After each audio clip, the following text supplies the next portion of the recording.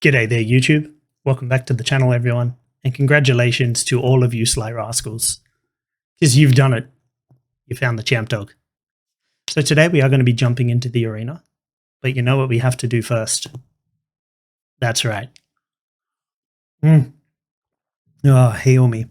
I'm actually back on Robos and Ginger Tea because I've been recording for like the last 1.5 to 2 hours and my throat and my voice are not happy with me right now. But we soldier on. So while we're having a sip, let's talk about the events over the weekend. So as I touched on in my last video, there was an SCG event. There was also a big Magic Online event, I think. And both of those seem to have cemented the top 3 decks to watch in Standard at the moment. And those are, of course, MonoGreen Aggro, Mono-White Aggro, and the Izzet Epiphany lists. Now, I was a little surprised because I was expecting Izzet Epiphany to do a bit better based on my own experiences with Izzet Dragons, and I assumed Epiphany would be better against the aggro-y decks because they run more sweepers. Turns out that wasn't the case. That could just be a limitation of my experience. It could be that I'm playing a different deck and it has different strong matchups. It could be a whole bunch of things. It could be the quality of the opposition I've been facing playing like green aggro decks has not been good. But there you go. So as I said in the last video, I was a little surprised that it got pushed out of the top 4 in the Star City Games event. In the Magic Online event, I think it actually came first. It did. So first place was Epiphany, then Mono-White Aggro, then Mono-Green, and then another Mono-White rounding out the top 4.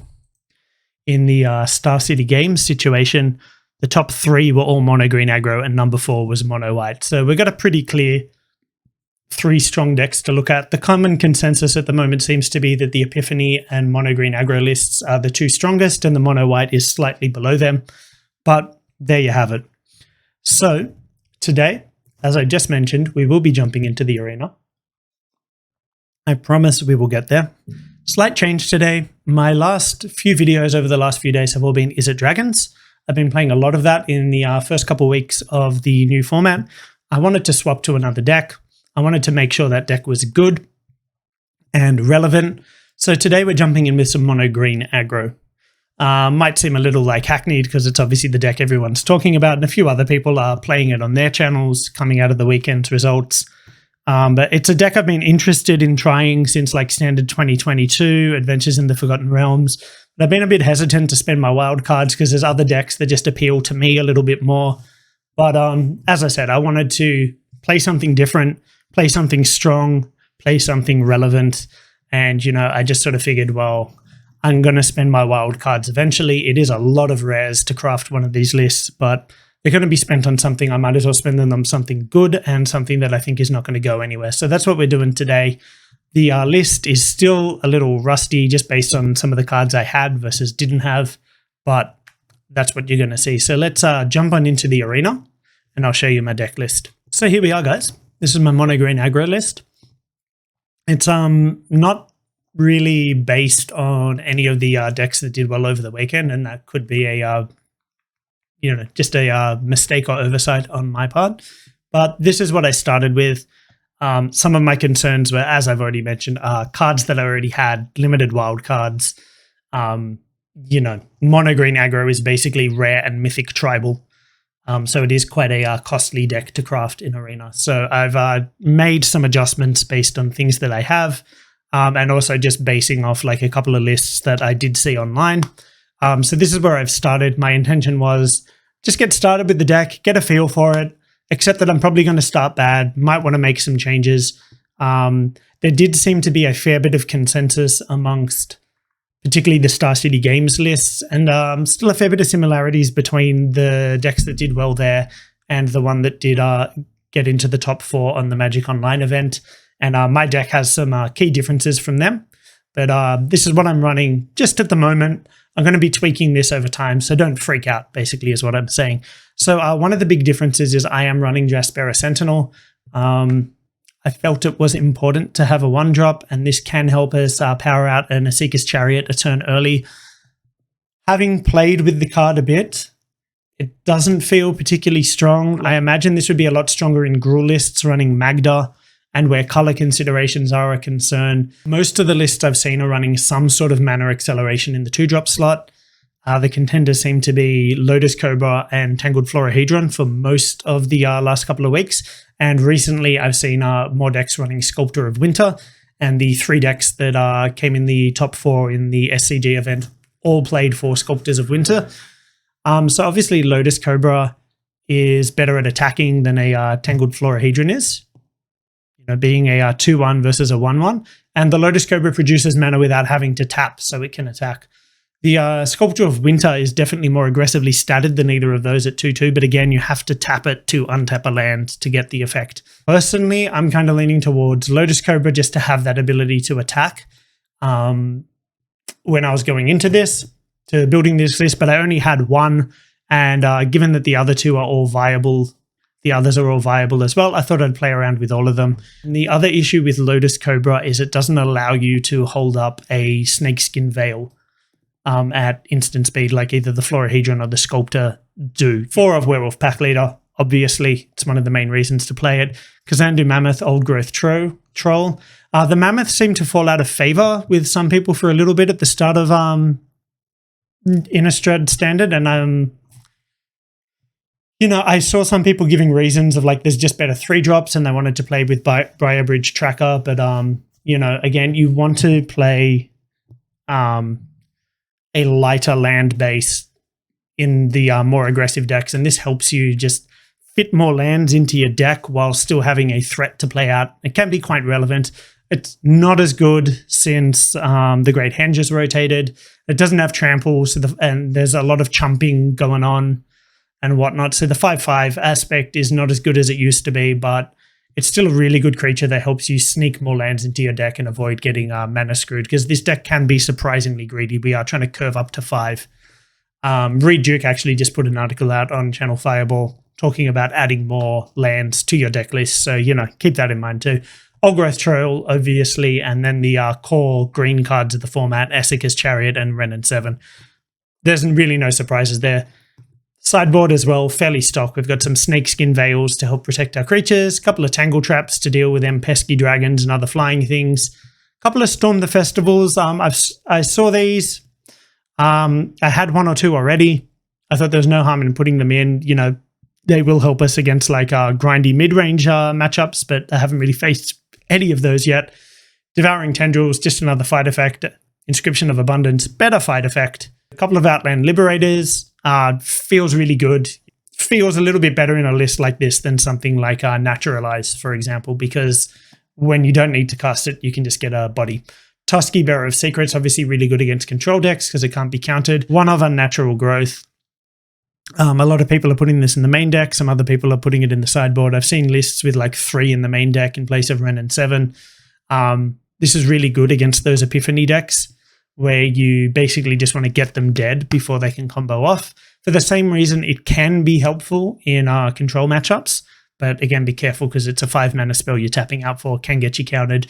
But basically this comes in games where you're racing, basically to help you win races. The consensus that I've seen seems to be that this is a card that you bring in or have main decked as a hedge against Epiphany decks to just help you kill them as quickly as possible. I would like to actually have more of these in my sideboard. As I said, this is very much a work in progress. The sideboard was just copied from some list that I saw online because I'm not very familiar with the list or the sideboard options. And as I said, I'm still working on this, but this is the list I am working with today. Today's video and the next couple of videos, I wasn't familiar with the list. I wanted to get comfortable with it, and I didn't want to destroy my rank too much. So I've queued into a standard event. So I'm going to have a few videos coming out with footage from that. And then after that, from today, I'm going to be taking this on ladder, but it'll be a few days before those videos get out. And I do have 1 or 2 more Dragon videos coming up for you guys. Just wanted to mix it up a little bit. But that's about all I have to say here. So why don't you shuffle up and I'll see you in the arena. So green screen has unfortunately decided to soil its own pants. So we will have to attend to that. These hands have both been terrible, but what can we do? I think we keep this one, throw back a forest, and just make the best of it. So yeah, apologies about the green screen situation. I will resolve that after this game. I get roped instantly as soon as my opponent makes a decision. I was messing around trying to fix up the green screen for a while there, so it's not entirely unreasonable. There, this is a very weak opening hand. I cannot beat that smoldering egg.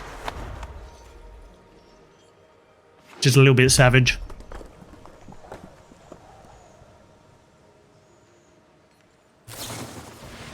So rude. So rude.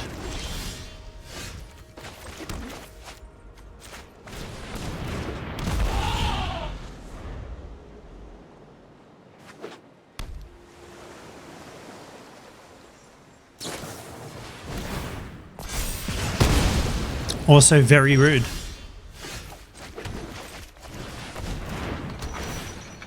Okay, so the chariot resolves. That's nice.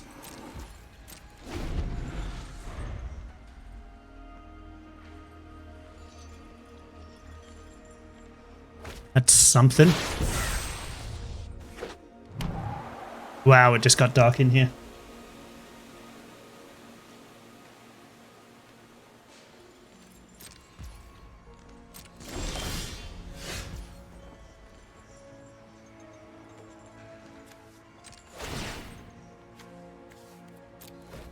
Just create the chariot.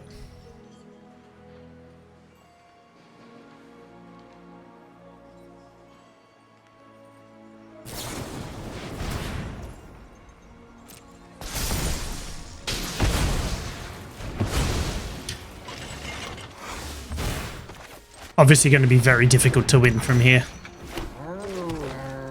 But we were sort of priced into keeping a fairly slow hand, so not much we can do about that, sadly.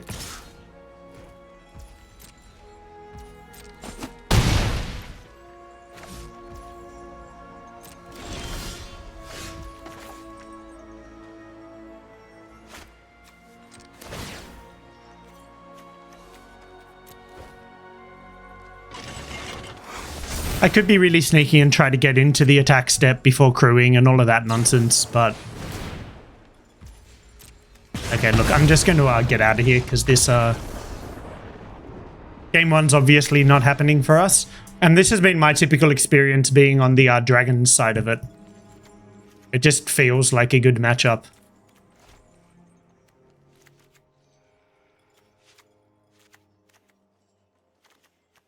Feels like a good matchup.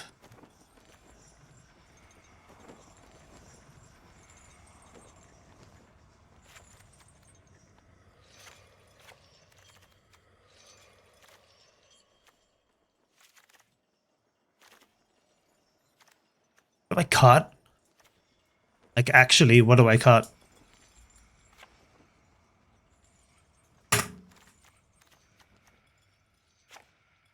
Probably don't want too much top end here. I mean, I want to try and get under them, right?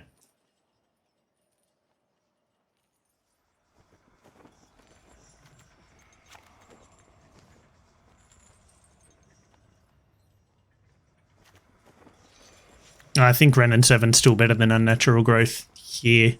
Against the Epiphany versions, sure, maybe slightly different.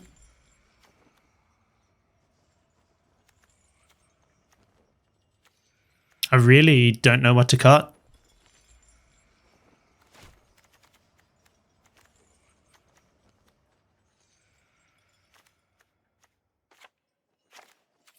Maybe the ramp dudes. Doesn't feel great though, I'll tell you that. Does not feel great.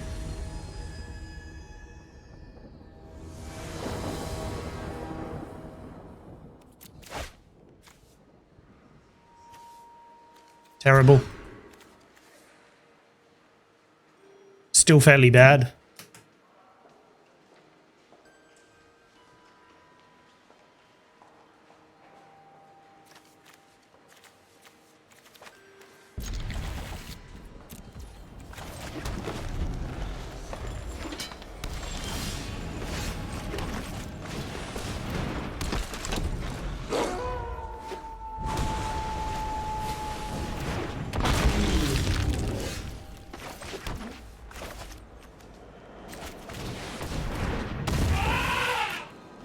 No point attacking, obviously.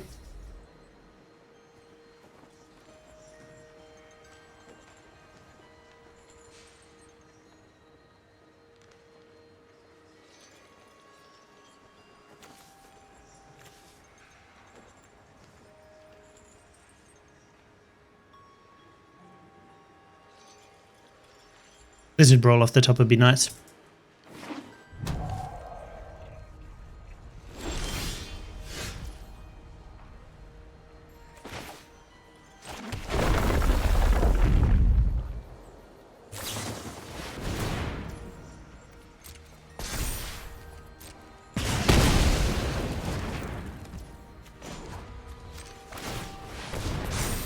So I'm going to activate here so I can draw the card off the pack leader.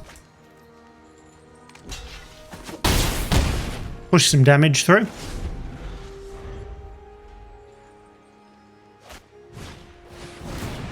Iteration, good.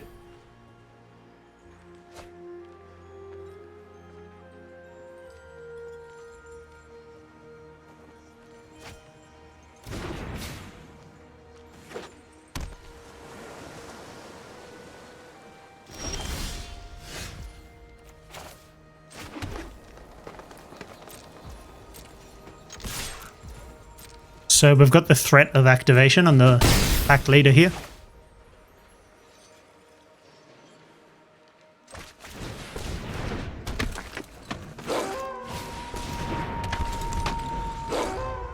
Triple pack leader.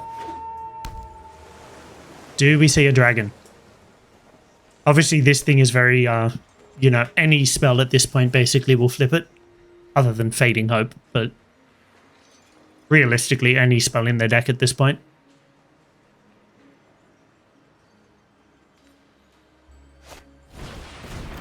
A Malevolent Hermit. Really? Really?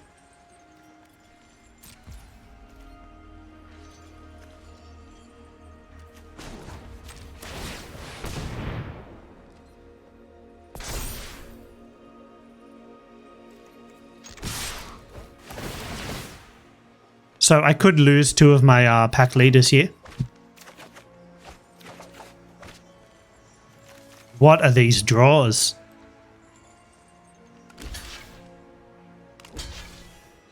So if they Dragon's Fire or something, one of the pack leaders, the Smoldering Egg flips.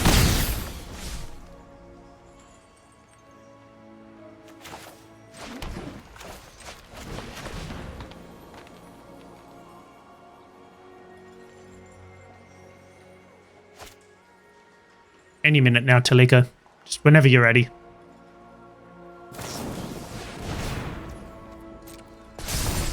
Egg has flipped.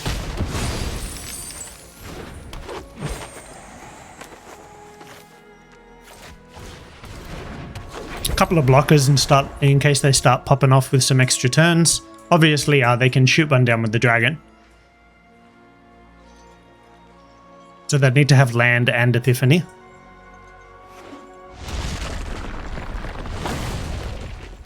Would have loved to see any of my Snakeskin Veils. But apparently we don't run those in the deck. The 3 Snakeskin Veils that I put in do not exist.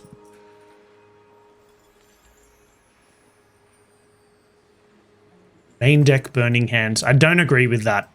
I do not agree with main deck Burning Hands. I do not think that's a free roll. I think it's less of a free roll than Cinderclasm is.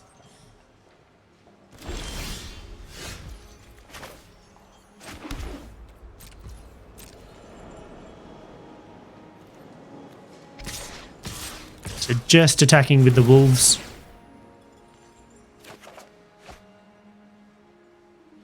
Drawing a bunch of cards. Hey, there's a Snakeskin Veil.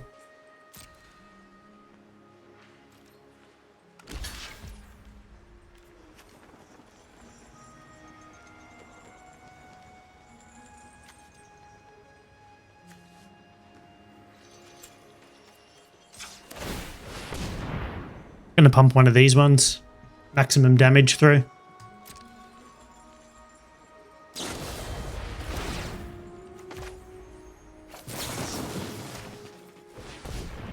Hope they don't have something else.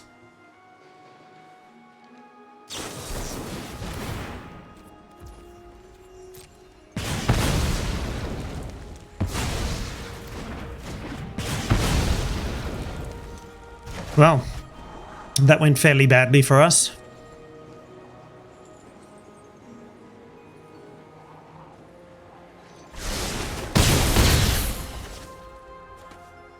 fairly badly indeed.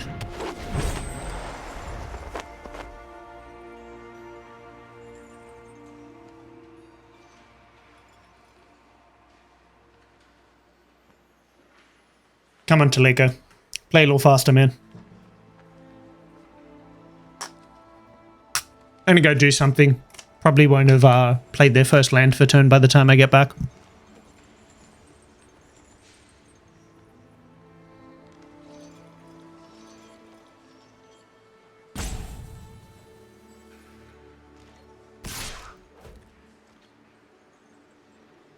Hey, we made it to combat. I really should have blocked there. That was a strict misplay. If they have the Epiphany, the trigger kills the Sentinel anyway. I can't believe that took them like getting the rope to figure out attack and then play Epiphany. Like, what the hell, man? Get your shit together, Taliko.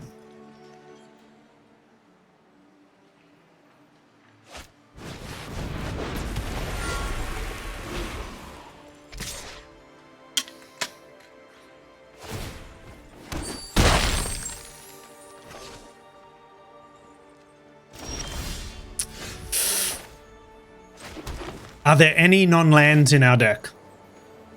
Any at all?